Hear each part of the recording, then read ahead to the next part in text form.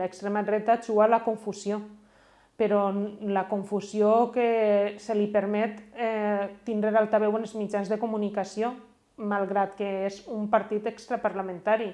I és una confusió que els interessa, però que no existeix a nivell judicial. Vull dir, la llei diu clarament què és violència de gènere. És una agressió dins d'una parella heterosexual d'un home cap a una dona per el fet de considerar que la dona és inferior. Si es produeix aquesta agressió, això és violència de gènere. Violència domèstica és una agressió que pot succeir entre membres d'una família dins del que és el domicili.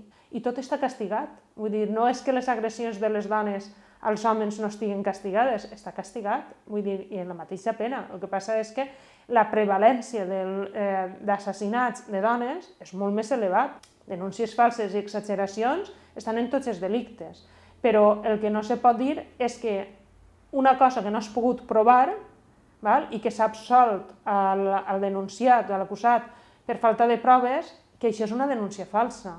És diferent una absolució per falta de proves a una denúncia falsa.